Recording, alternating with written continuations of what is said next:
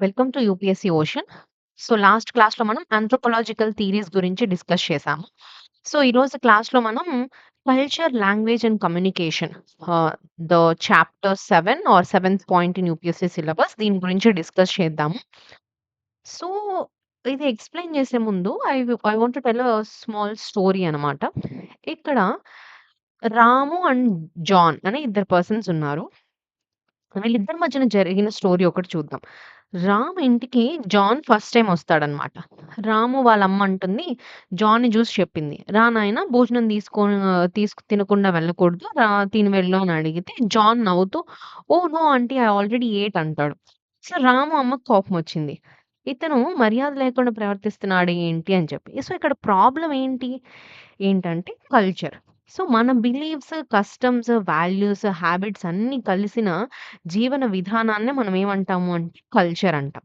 So, రాము యొక్క కల్చర్‌లో గెస్ట్‌ని తినిపించకుండా పంపియడం respect లేని పని. రైట్? జాన్ యొక్క కల్చర్‌లో పొలైట్‌గా రిఫ్యూజల్ అనేది వాళ్ళకి చాలా normal culture. So, same situation అయినప్పటికీ it has different meanings. Because culture is different కాబట్టి. సో, ఇక్కడ లాంగ్వేజ్ పరంగా కూడా చూసుకున్నా జాన్‌కి ఏం చెప్పాడు? టుమారో కమ్ ఎర్లీ అని అన్నాడు రామ్. సో, జాన్ ఏం చేశాడు? 9:30కి మార్నింగ్. రామ్ వచ్చేసి 6:30 నుంచే రెడీగా ఉన్నాడు. సో, ఇక్కడ సిట్యుయేషన్‌లో చూసుకున్నా సరే లాంగ్వేజ్ అనేది ప్రాబ్లమ్ కాదు. ఇక్కడ మీనింగ్ యొక్క ప్రాబ్లమ్. సో, రామ్ యొక్క మైండ్‌లో ఎర్లీ మార్నింగ్ అంటే సన్‌రైజ్ అయితే, జాన్ యొక్క మైండ్‌లో ఎర్లీ మార్నింగ్ అంటే బిఫోర్ ఆఫీస్ టైమ్ అని అర్థం. సో, ఇక్కడ లాంగ్వేజ్ అనేది is not just the words. Language అనేది it carries some culture inside it. That is what anthropology ఇక్కడ ఏం ప్లే చేస్తుంది అంటే, లాంగ్వేజ్ అనేది ఎలా షేప్ చేస్తుంది? How the language shapes what we think and how we see the world అనే దాన్ని ఎలా షేప్ చేస్తుంది అనేది మనం ఇక్కడ ఈ కల్చర్‌లో చూస్తాం. ఈవెన్ కమ్యూనికేషన్ పర్స్పెక్టివ్‌లో చూసుకున్నా సరే చాలా సిట్యుయేషన్స్‌లో మనం కొన్నిసార్లు కో కోపం చూపించకుండానే సైలెంట్‌గా ఉంటాం. రైట్? ఆ silence itself we will be able to know that some person is in anger అని మనకు అర్థమవుతుంది. సో, కమ్యూనికేషన్ అనేది it's not only about talking. Communication also includes words, silence, gestures, body language ఇవన్నీ గూడా ఉంటాయి.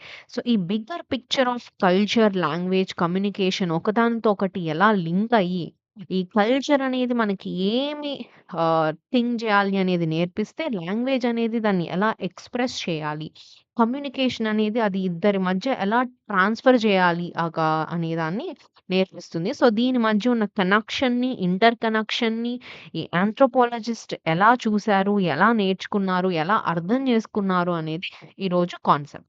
Okay. So, very simple, easy concept. ఆహ్, క్లియర్‌గా వినండి.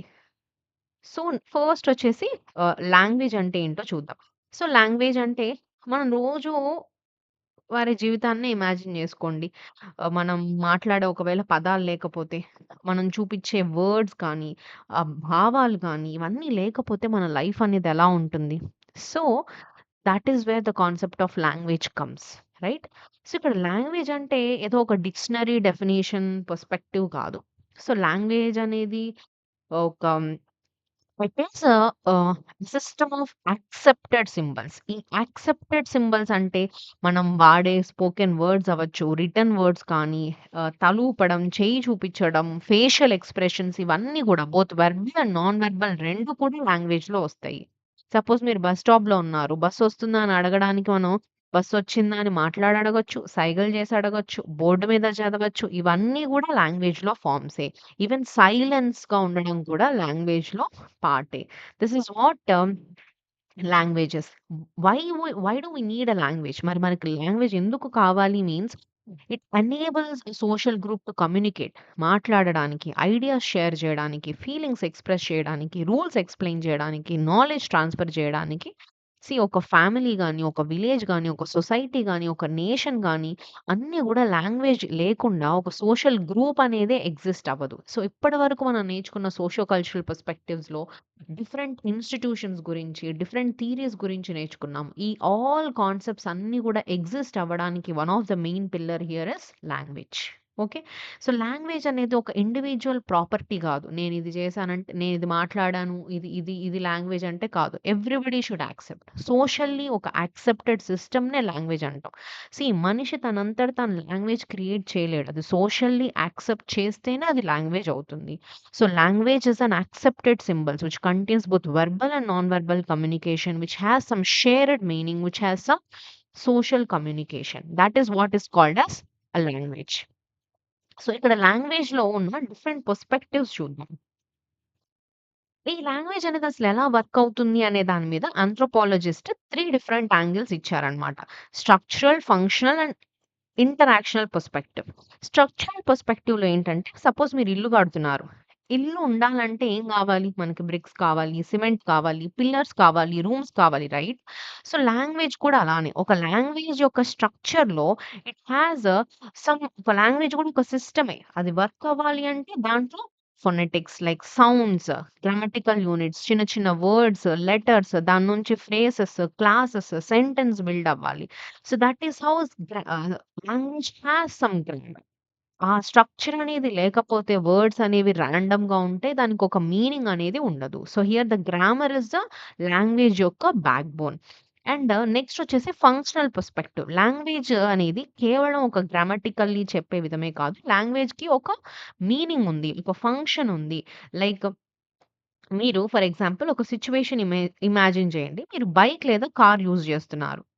వెహికల్ ఎందుకు యూజ్ చేస్తున్నారు? డెస్టినేషన్ చేరుకోవడానికి కదా!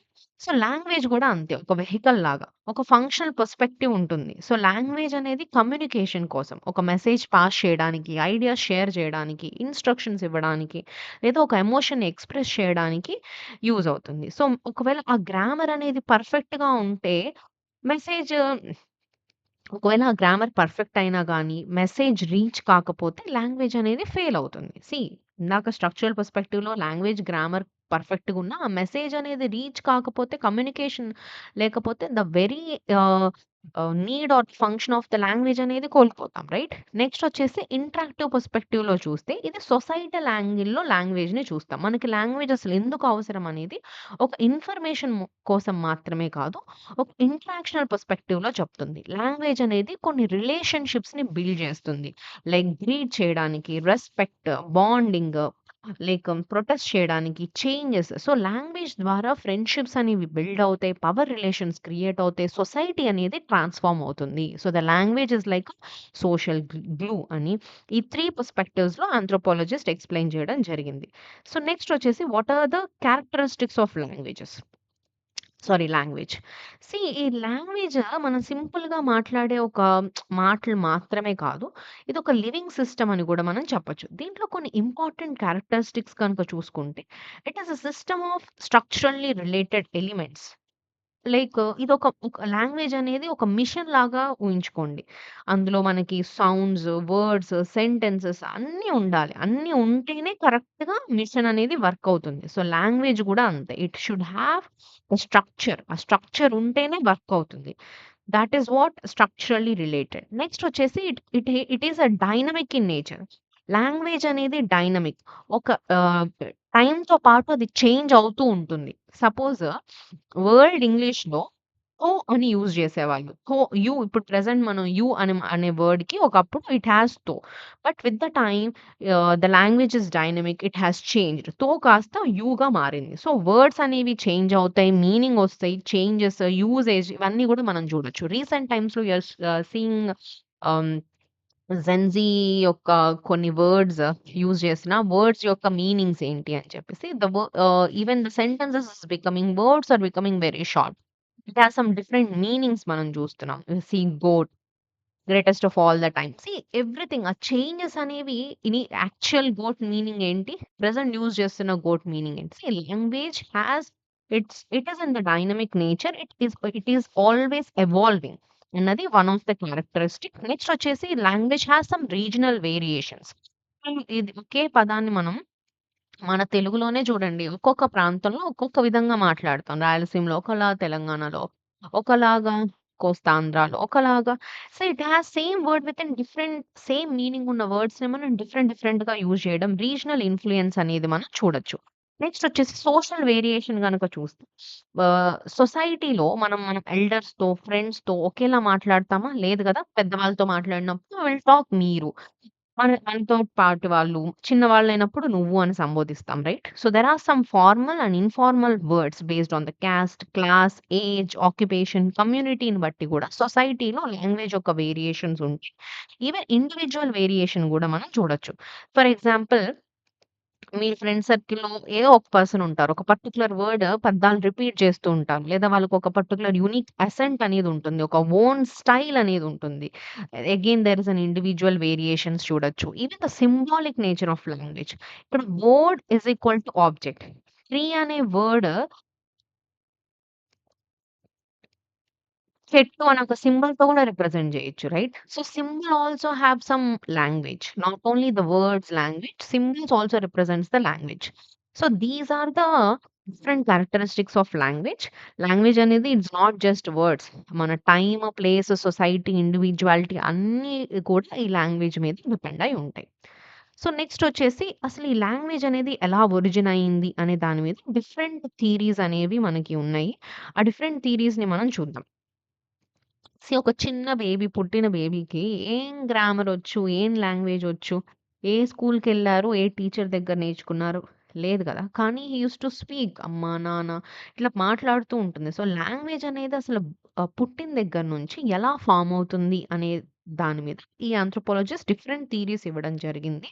సో, ఫస్ట్ వచ్చేసి the language acquisition device LAD theory by Chomsky. ఆయనేం చెప్తున్నారు అంటే, లాంగ్వేజ్ నేర్చుకోవడం అనేది యాక్సిడెంటల్‌గా గాదు. ఆయనేమంటున్నారంటే, humans are born with an inbuilt capacity for language. మనుషులు ఒక ఇన్‌బిల్ట్ కెపాసిటీతోనే లాంగ్వేజ్ నేర్చుకోగలుగుతారు అన్నది ఆయన యొక్క థియరీ అన్నమాట. మన బ్రెయిన్‌లో ఈ గ్రామర్ రూల్స్‌ని గ్రాస్ప్ చేసే ఎబిలిటీ ఉంటుందంట. ఈ సెంటెన్స్ స్ట్రక్చర్‌ని ఐడెంటిఫై చేసే పవర్. అది కాబట్టి ఈ చైల్డ్ ఎవరైతే ఉన్నారో ఈ లాంగ్వేజ్‌ని ఇన్వెంట్ చేయడం గాదు. ఆటోమేటిక్‌గా పుట్టిన వెంటనే చైల్డ్‌కి ఆ లాంగ్వేజ్ సిస్టమ్ అనేది యాక్టివేట్ అవుతుంది. ఇలాగ లాంగ్వేజ్ అనేది వచ్చింది అనేది ఈయన పాయింట్. సో, ఇక్కడ ఈయన పాయింట్ ఇదనమాట. అండ్ చామ్స్కీ ఇంకో పాయింట్ కూడా చెప్పారు. ఈ లాంగ్వేజ్ అనేది it is not completely biologically బ్రెయిన్‌లో ఉండి యాక్టివేట్ అవ్వడం మాత్రమే కాకుండా has some environment and society role కూడా ఉంటుంది. ఈ బ్రెయిన్ అనేది కెపాసిటీ ఇస్తే, లాంగ్వేజ్ నేర్చుకోవడానికి కెపాసిటీ ఇస్తే, సొసైటీ అనేది ఆ లాంగ్వేజ్ కావాల్సిన కంటెంట్‌ని ప్రొవైడ్ చేస్తుంది అనేది ఈ language acquisition theory by Chomsky. Next వచ్చేసి సెరిలో లాంగ్వేజ్ థియరీ. ఈ లాంగ్వేజ్ ప్రకారం ఏంటంటే ఆహ్, కొలోనియల్ పీరియడ్‌లోకెళ్దాం. కొలోనియల్ పీరియడ్స్‌లో there are some masters and natives. ఈ మాస్టర్స్ ఎవరైతే ఉన్నారో they have English or French అనేది వాళ్ళకి లాంగ్వేజ్. మన నేటివ్ పీపుల్‌కి డిఫరెంట్ లోకల్ లాంగ్వేజెస్ ఉన్నాయి గదా!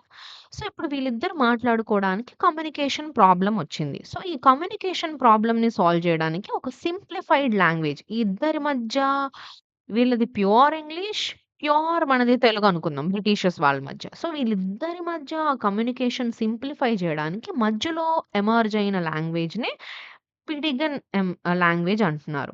సో, ఈ పిడిగన్ అనేది మదర్ టంగ్‌లో నేర్చుకుంటారంట నెక్స్ట్ జనరేషన్‌లో పుట్టే పిల్లలు. సో, దానికి గ్రామర్ అనేది ఆటోమేటికల్లీ యాడ్ అయిపోయి ఒక సెర్యులో లాంగ్వేజ్ అనేది పుట్టుకొస్తుంది అన్నది సెకండ్ థియరీ అన్నమాట.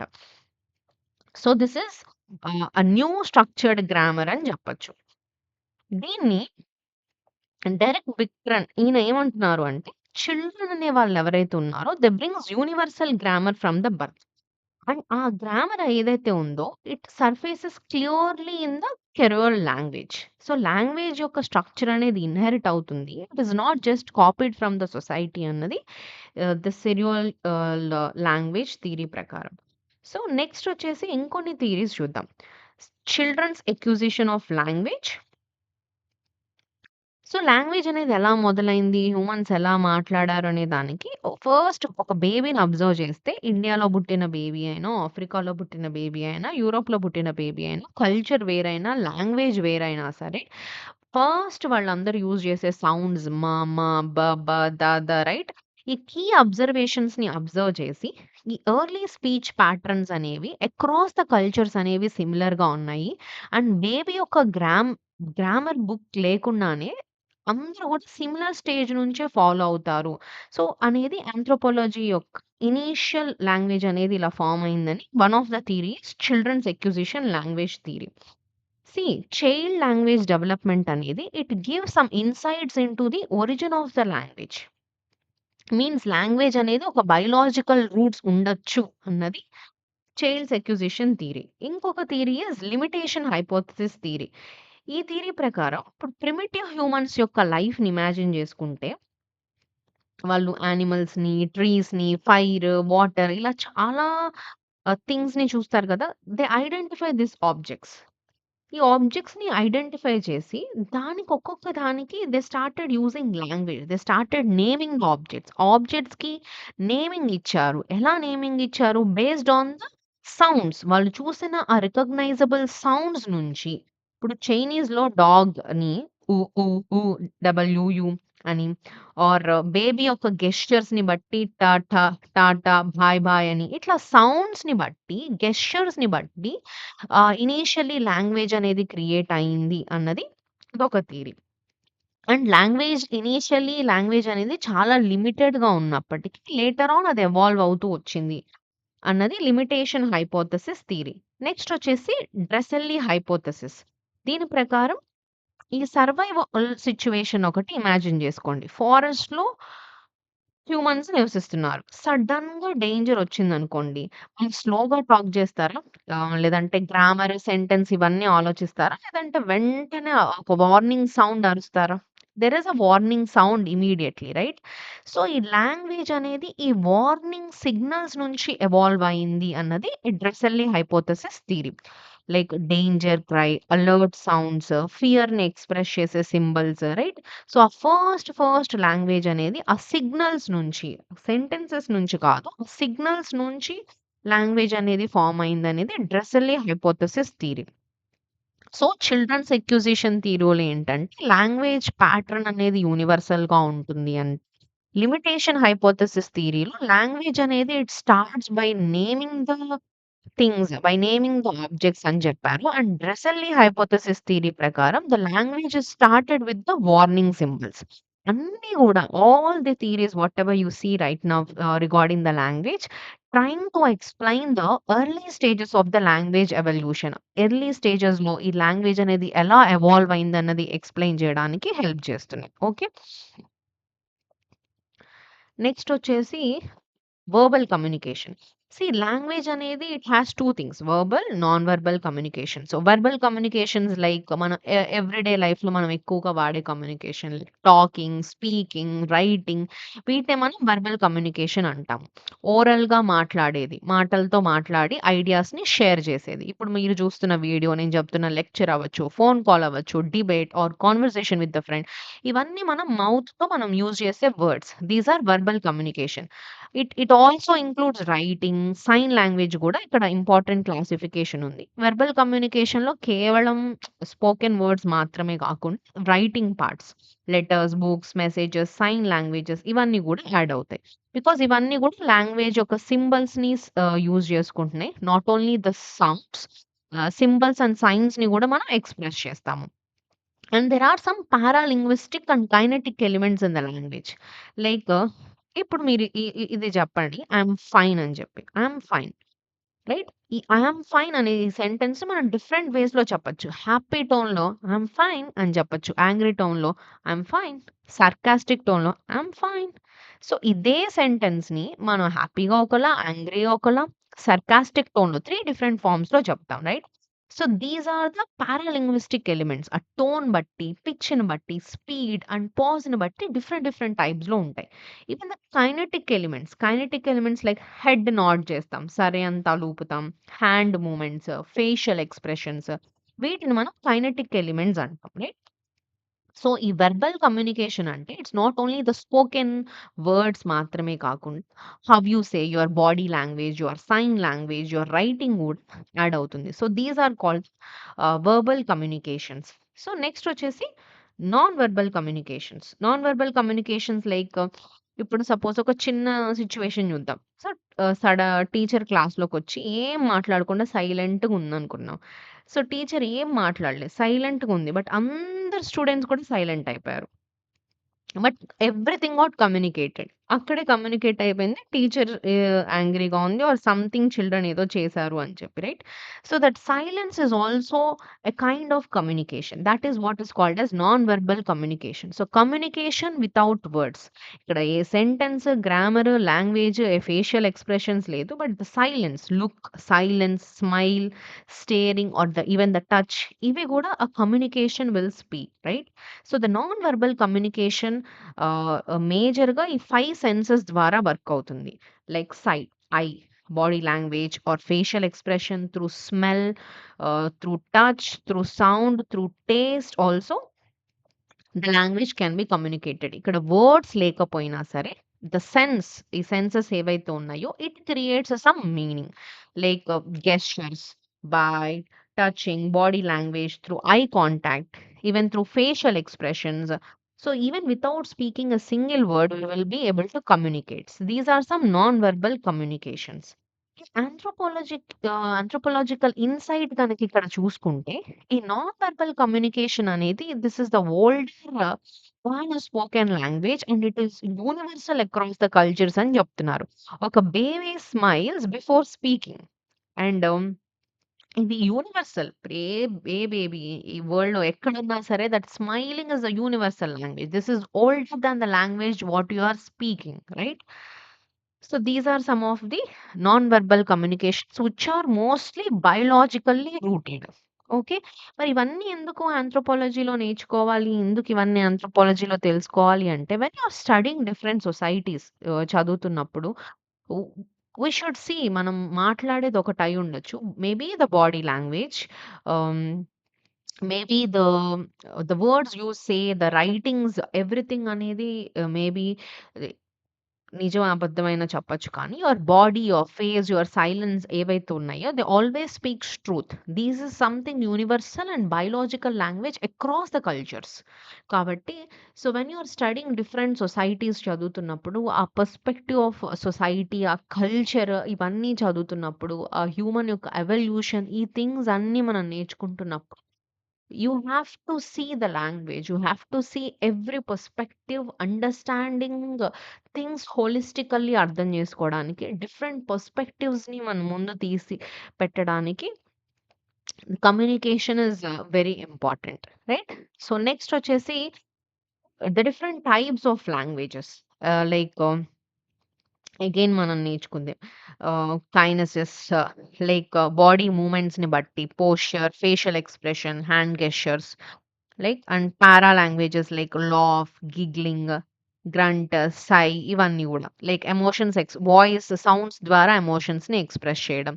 Even through clothing and bodily characteristics like there is suppose police uniform అవ్వచ్చు, డాక్టర్ కోట్ కానీ, జడ్జ్ యొక్క కోట్ కానీ. So even the coding, dressing also explain some communications. వర్డ్సే అవసరం లేదు. Even the dressing, bodily characteristics also automatically ఆ మెసేజ్‌ని పంపిస్తూ ఉంటుంది. And right even the physical environment like hmm, ah, చుట్టూ ఉన్న environment if you say there is soft lighting, cool temperature, calm music, also these are also um, communicates. When you compare with a loud music, harsh light, heat ఉన్న ఏరియాతో compare చేసుకున్నప్పుడు కూడా again that environment also communicates. Environment itself is also communicating, right? So these are different forms of the are the different types of the non verbal communications. Okay. So next వచ్చేసి social context of language. Yes. ఒక simple question అడుగుతాను. మీరు ఫ్రెండ్స్‌తో మాట్లాడే మాటలు, అదే టీచర్‌తో మాట్లాడే మాటలు సేమ్ ఉంటాయా? లేదు కదా! సో, లాంగ్వేజ్ మారుతుంది. సిట్యుయేషన్ మారితే పర్సన్ మారినా సరే లాంగ్వేజ్ మారుతుంది. ఈవెన్ సొసైటీస్‌లో గూడా similarly same. There is a social context of language. ఈ సోషల్ కంటెక్స్ట్ ఆఫ్ లాంగ్వేజ్ అంటే లాంగ్వేజ్ అనేది ఎలోన్ ఎగ్జిస్ట్ అవ్వదు. It always exist inside the society. So, even anthropologist కానీ, ఈ సోషియో లింగ్విస్ట్ కూడా ఇలానే ఎవరు మాట్లాడుతున్నారు? ఎవరికి మాట్లాడుతున్నారు? ఎక్కడ మాట్లాడుతున్నారు? ఏ సిట్యుయేషన్‌లో మాట్లాడుతున్నారు? అనే దాని మీద ఆ కంటెక్స్ట్‌ని బట్టి గూడా ఆ పర్టిక్యులర్ లాంగ్వేజ్ యొక్క మీనింగ్, వర్డ్, సెన్స్ అనేది గూడా మారుతుంది. This is the social context of language. Even the ethnography of speaking అంటే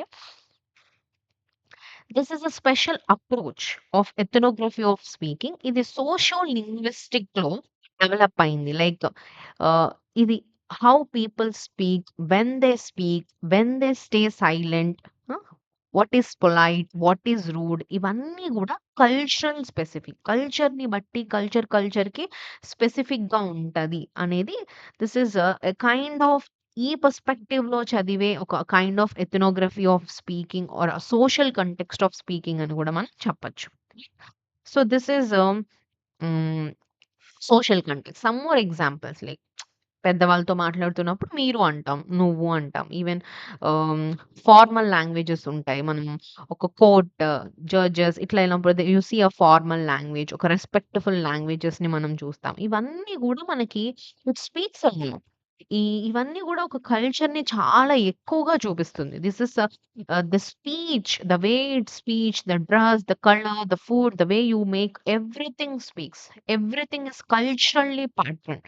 ఇవన్నీ గూడా చాలా ఎక్కువగా మాట్లాడతాయి. So, not everyone can speak in all the time. But the culture, the things will speak a lot. So, this is ah, important. ఇవన్నీ ఎందుకు నేర్చుకోవాలి? Anthropology కాదు, యూపీఎస్సీ పర్స్పెక్టివ్‌లో చూసుకున్నా సరే, why should we learn all these things? Because you are working with the people, right? So, sometimes people can't ah, express it in a words, right? You should understand them in a language. You want to do a good administration, ఒక good governance ఇవ్వాలి. Ethically and empathically you have to understand the people. You have to implement policies in a such a way. And if you want to resolve the conflicts among the situations, you should understand not just only the things that is there in a papers, that is there in a written format or speaking. You should understand them. We should understand them contextually, right? You should ఆ context ని మనం అర్థం చేసుకున్నప్పుడు you can effectively communicate with the people, right? So this is where a language, communication, social studies, especially the society and cultural perspectives అనేవి important for a civil servant to learn. Okay, so this is all social context లో some examples. See, formal versus informal, class difference, స్టేటస్‌ని బట్టి, ఏజ్‌ని బట్టి, జెండర్‌ని బట్టి గూడా we have some changings.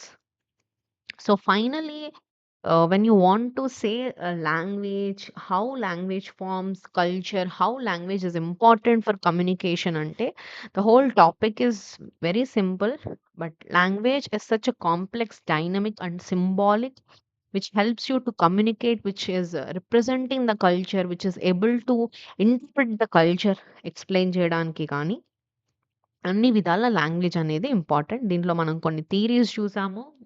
Different types verbal, non verbal, ఈ social context చూసాము.